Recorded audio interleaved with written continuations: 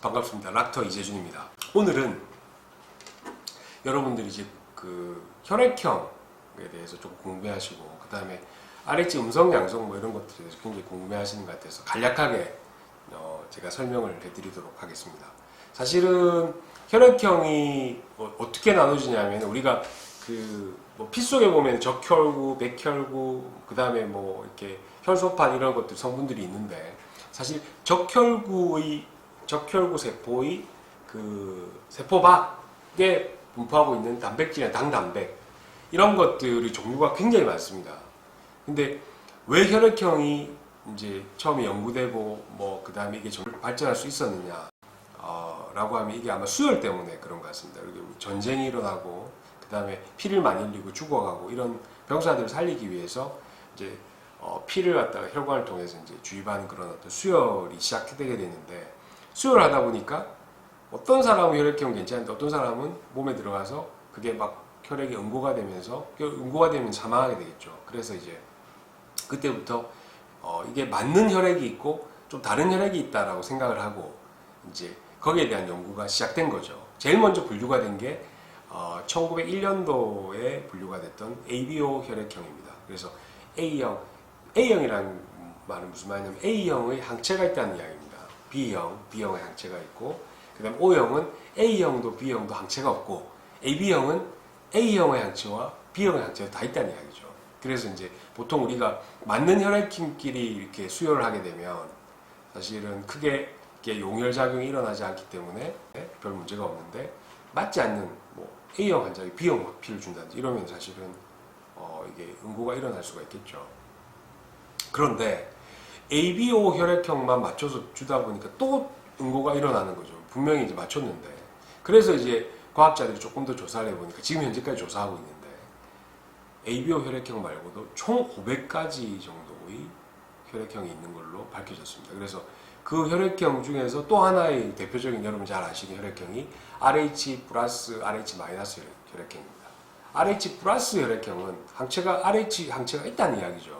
우리가 보통 CDE 항체라 하는데 CDE 항체가 다 있는 거고 RH 마이너스는 D 항체가 없고 C와 E 항체만 있는 경우를 RH 마이너스라고 합니다. 그래서 보통 서양인의 경우는 RH 음성의 혈액형이 한 20% 정도 되는데 동양인의 경우는 굉장히 낮은 편입니다. 그래서 1% 정도밖에 되지 않습니다.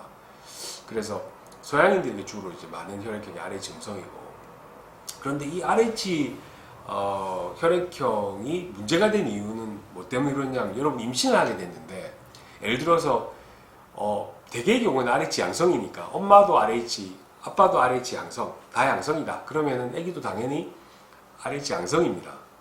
물론 이제 간혹 엄마 쪽에가 RH 양성이지만 그 위쪽에서 RH 음성을 가진 혈액형을 받았다. 숨겨져 있는 RH 음성이 있다 그러고 아빠도 마찬가지라고 그러면은 그 사이에 태어난 아이가 RH 음성이 될 수도 있습니다. 근데 확률적으로는 좀 드물지만 어쨌든 엄마가 RH 양성이고 아빠가 RH 양성일 때는 별다른 문제가 되지 않습니다.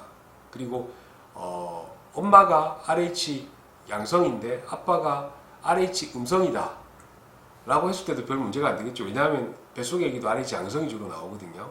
그런데 엄마가 RH 음성인데 아빠가 RH 양성이다 이런 경우는 뱃속의 아기는 RH 양성이 됩니다.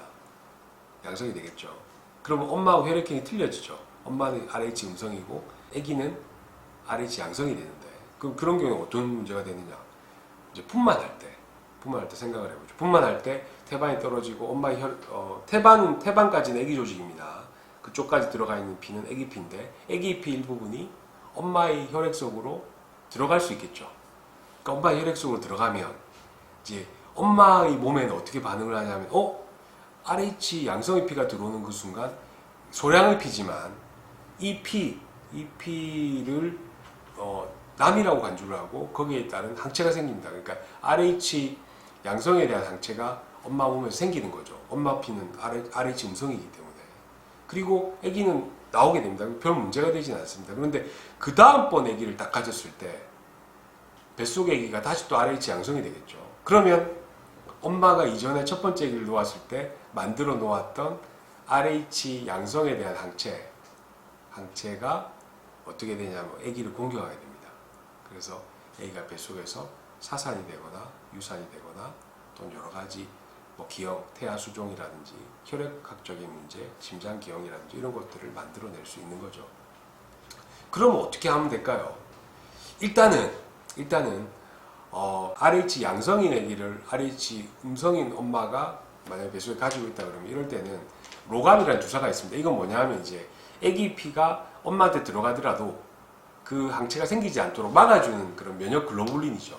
그래서 그것을 보통 우리가 28주 때 한번 주입을 하게 되고, 그리고 아기를 놓고 난 다음 72시간 내에 한 번 더 접종을 하게 됩니다. 그러면 엄마의 혈액 속에 RH 양성에 대한 항체가 생기지가 않습니다. 그러면 그 다음번 아기가 들어왔을 때도 그 아기를 공격하지 않겠죠. 엄마 몸에 항체가 만들어져 있지 않기 때문에. 그래서 이제 로가르멘 주사를 맞으면 사실은 그게 큰 문제가 되지 않기 때문에 너무 걱정하실 필요 없고, 요거는 이제 의사 선생님이 혈액형을 검사를 해서 꼭 아마 이야기를 해주실 겁니다. 그리고 이제 또 한 가지 주의할 점은 여기서 단순히 분만 때만 아기의 RH 양성의 피가 엄마 몸 안에 들어가느냐, 그런 건 아닙니다. 아주 소량이지만 혹시 양수 검사라든지 안 그러면은 육모막 검사라든지 또는 이전에 아기가 사산이 됐거나 유산이 됐거나 또는 인공 중절을 하신 분, 이런 분들도 반드시 로감 주사를 맞으셔야 되는 게, 이제 그럴 때에도 사실 일부 아기 소량의 피가 엄마 몸에 들어가서 이미 항체가 엄마 몸에 만들어져 있을 수도 있습니다. 그래서 그런 어떤 경우, 아기가 뱃속에 사산된 경우나 유산된 경우 또는 양수 검사를 하신 경우, 육모막 검사를 하신 경우, 이런 경우에도 반드시 이제 로감 주사를 맞으시는 게 그 다음번 건강한 아기를 놓으시는데 굉장히 중요한 일입니다. 1910년대에는 사실은 독일에서 우생학이 굉장히 많이 발달했을 시기인데, 그 당시에 하이델베르크 대학의 둥게른 교수라는 분이 혈액형의 인류학이라는 어떤 저술을 냈습니다. 여기에 이제 보면 독일 민족은 A형이 많고 그 외에 아시아 계통이나 아프리카 계통은 B형이 많다. 그래서 게르만 민족이 A형이기 때문에 A형이 조금 더 우수한 민족이다. 그렇게 해서 이제 생긴 게 이제 혈액형에 대한 어떤 성격 또는 뭐 능력 뭐 이런 것들을 이제 주장하기 시작을 했죠. 그 이후에 이제 1927년쯤 됐을 때 일본 동경여자사범대학교의 후루카와 교수라는 분이, 이분이 이제 혈액형을 가지고 이제 여러 가지 이제 혈액형을 가지고 성격을 분류를 왜 성격을 분류했냐면은 일본 사람도 아시안이기 때문에 그 독일에서 주장했던 A형이 뛰어나다라는 우생학을 받아들일 수 없었기 때문에 그걸 가지고 1927년도에 혈액형을 가지고 성격을 분류를 하기 시작했죠. 그리고 뭐 여러 가지 이제 이야기들이 나오는데 O형 혈액형은 외교관에 적합하다 뭐 이런 주장을 하기도 했는데, 그 이후에 이제 후루카와 교수의 저서 이후에 혈액형을 가지고 사람을 이제 분류하는데 굉장히 이용을 많이 했지만, 사실 실질적으로 혈액형이 의학적으로 봤을 때 혈액형이 그 사람의 어떤 인성이라든지 또는 성격이라든지 또는 여러 가지 뭐 것들을 좌지우지하지는 않는 걸로 이제 결정적으로 이제 발표가 되어져 있고, 그 뭐 A형은 이래야 돼, AB형은 이래야 돼 또는 O형은 이래야 돼, 이런 것들은 사실은 어떤 면에서 보면은 우리가 그렇게 정의를 하고 난 다음에 그 사람을 바라봤을 때 그 사람이 그렇게 될 수밖에 없는 그런 어떤 피그말리온 효과가 아닌가라는 생각을 해봅니다. 감사합니다. 여러분들 동영상 보시고 난 다음에 좋아요, 구독 눌러주시면 저희들 유익한 동영상 제작에 크나큰 힘이 됩니다. 뭐 거기다가 알림까지 설정해 주시면 더욱 감사하겠습니다. 감사합니다.